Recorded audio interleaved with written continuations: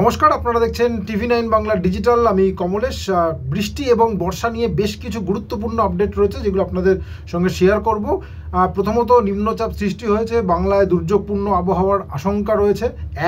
2 নম্বর, বর্ষার আপডেট। আগামী 2 থেকে 3 দিনের মধ্যে উত্তরবঙ্গ এবং সিকিমের বেশ কিছুটা অঞ্চলে বর্ষা ঢুকে পড়তে পারে। এবং 3 নম্বর আপডেট, আজকে মৌসুম ভবন বর্ষা নিয়ে মানে জুন থেকে সেপ্টেম্বরে বর্ষা কেমন হবে সেটা নিয়েও একটা গুরুত্বপূর্ণ আপডেট দিয়েছে, সেটাও একেবারে শেষে আপনাদের বলবো।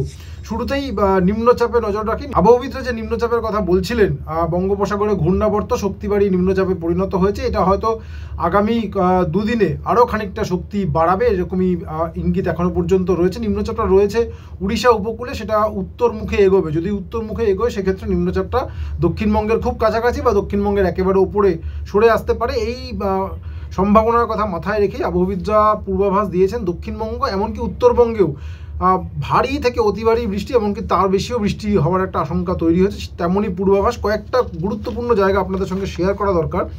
এক হচ্ছে দক্ষিণবঙ্গ, 29শে মে বৃহস্পতিবার, 30শে মে শুক্রবার, 2 দিন অতি ভারী বৃষ্টির আশঙ্কা রয়েছে। অন্তত 10টা জেলায়, দক্ষিণবঙ্গের অন্তত 10টা জেলায় এই কমলা সতর্কতা জারি করা হয়েছে। অতি ভারী বৃষ্টি মানে একদিনে একটা জায়গায় 200 মিলিমিটার পর্যন্ত বৃষ্টি হতে পারে। 29শে মে হুগলি, দক্ষিণ 24 পরগনা, পূর্ব পশ্চিম মেদিনীপুর, বাঁকুড়া, পূর্ব এবং পশ্চিম বর্ধমানে এই অতি ভারী বর্ষণের সতর্কতা রয়েছে। 30শে মে হুগলি, দক্ষিণ 24 পরগনা, পূর্ব পশ্চিম মেদিনীপুর, ঝাড়গ্রাম, তার সঙ্গে বীরভূম, মুর্শিদাবাদ, বাঁকুড়া এবং পূর্ব পশ্চিম বর্ধমান, মানে 10টি জেলায় শুক্রবার দিন অতি ভারী বৃষ্টি হতে পারে। এই অতি ভারী বর্ষণের সতর্কতা উত্তরবঙ্গেও রয়েছে। 30 এবং 31শে মে এর মধ্যে দার্জিলিং, কালিম্পং, জলপাইগুড়ি, কোচবিহার, আলিপুরদুয়ার এবং উত্তর দিনাজপুরে, অর্থাৎ বাংলার অন্তত 70% জেলায় কমলা সতর্কতা রয়েছে। এমনকি দার্জিলিং, জলপাইগুড়ির মতো জেলাগুলো এবং কালিম্পং এই অঞ্চলে 31 তারিখ 30 তারিখ নাগাদ কোনো সময় মানে কোনো অঞ্চলে চরম ভারী বর্ষণও হতে পারে। চরম ভারী বর্ষণ মানে কি, একদিনে 200 মিলিমিটার বা তার বেশি বৃষ্টির সম্ভাবনা। এইটার কথা মাথায় রেখেই আবহবিদরা যে ফোরকাস্ট দিয়েছেন সেটা খুব গুরুত্বপূর্ণ।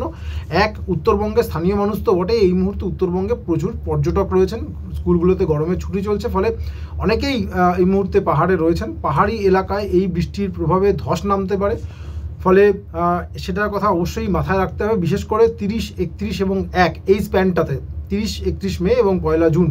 তার সঙ্গে উত্তরবঙ্গের নদীগুলোতে জলস্ফীতি হতে পারে, ফলে যারা এই পাহাড়ি নদীগুলোর আশপাশে রয়েছেন বা সমতলের নদীগুলোর আশপাশে রয়েছেন সাবধানে সতর্কতা অবলম্বন করতে হবে। এবং দক্ষিণবঙ্গের কথা বা উত্তরবঙ্গের বিভিন্ন অঞ্চলের কথা যেটা বলছিলাম, পুরো এলাকায় এবং শহরতলি অঞ্চলে জল জমে যাওয়ার একটা আশঙ্কা হতে পারে। যেহেতু অল্প বৃষ্টিতে আমরা দেখতে পাচ্ছি মুম্বাই থেকে ব্যাঙ্গালোর, পুনে সব জায়গায় কি সিচুয়েশন, অল্প সময় অতিবৃষ্টি হলে কিন্তু এই নিকাশি ব্যবস্থা সেটা সামলে উঠতে পারছে না।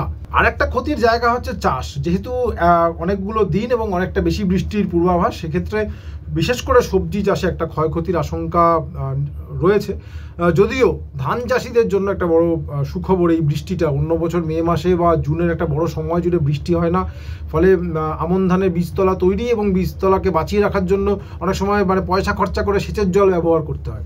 এবছর আশা করা যাচ্ছে এই যে বৃষ্টিটা হবে সেটা বীজতলায় বড়সড় সুরাহা হবে। এবং এই জায়গা থেকেই আমি পরবর্তী আপডেট সেটা হচ্ছে বর্ষার আউটলুক, যেটা আবহবিদরা আগেই বলেছিলেন এবছর বর্ষায় বেশি বৃষ্টি হতে পারে, স্বাভাবিকের থেকে বেশি বৃষ্টির পূর্বাভাস। সেই পূর্বাভাসেই তারা আজকেও একই পূর্বাভাস দিয়েছেন। জুন থেকে সেপ্টেম্বর এই 4 মাসে দেশে স্বাভাবিকের থেকে 6% বেশি বৃষ্টি হতে পারে। এটা হচ্ছে গোটা দেশ এবং 4 মাসের নিরিখে। আমাদের দক্ষিণবঙ্গে যেটা বলা হয়েছে, দক্ষিণবঙ্গে স্বাভাবিকের থেকে 7% বেশি বৃষ্টির পূর্বাভাস রয়েছে বর্ষার 4 মাসে।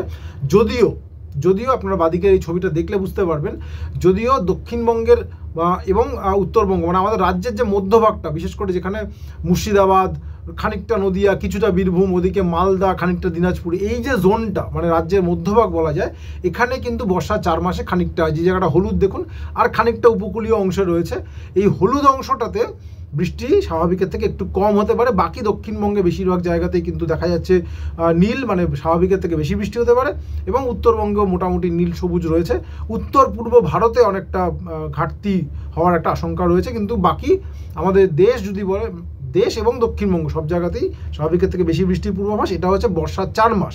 এবার বর্ষার যে প্রথম মাস মানে জুন, যেটা আসতে চলেছে, জুন মাসেও স্বাভাবিকের থেকে বেশি বৃষ্টি হতে পারে দেশে, 8% বেশি বৃষ্টির সম্ভাবনা। এবং আমাদের রাজ্যে যদি দেখা যায় মোটামুটি স্বাভাবিক বা স্বাভাবিকের থেকে খানিকটা বেশিও বৃষ্টি হতে পারে জুনে, এটাই পূর্বাভাস। এবং ভালো দিকটা হচ্ছে যে এই যে বৃষ্টি বাদলা যদি একটু বেশি হয় তাহলে দিনের তাপমাত্রা স্বাভাবিকের থেকে কম থাকারই সম্ভাবনা, মানে দিনের তাপমাত্রা খুব বেশি থাকবে। অনেক সময় আমরা দেখেছি জুন মাসেও তাপপ্রবাহ বা তাপপ্রবাহের মতো পরিস্থিতি অনেক সময় তৈরি হয়ে যায়, সেই চান্স এবার বেশ কম। যদিও বৃষ্টি বাদলা হবে মানে জলীয় বাষ্প থাকবে, ফলে ভ্যাপসা গরমের হাত থেকে কিন্তু রেহাই নেই। আপাতত এটুকুই, সঙ্গে থাকার জন্য অনেক ধন্যবাদ।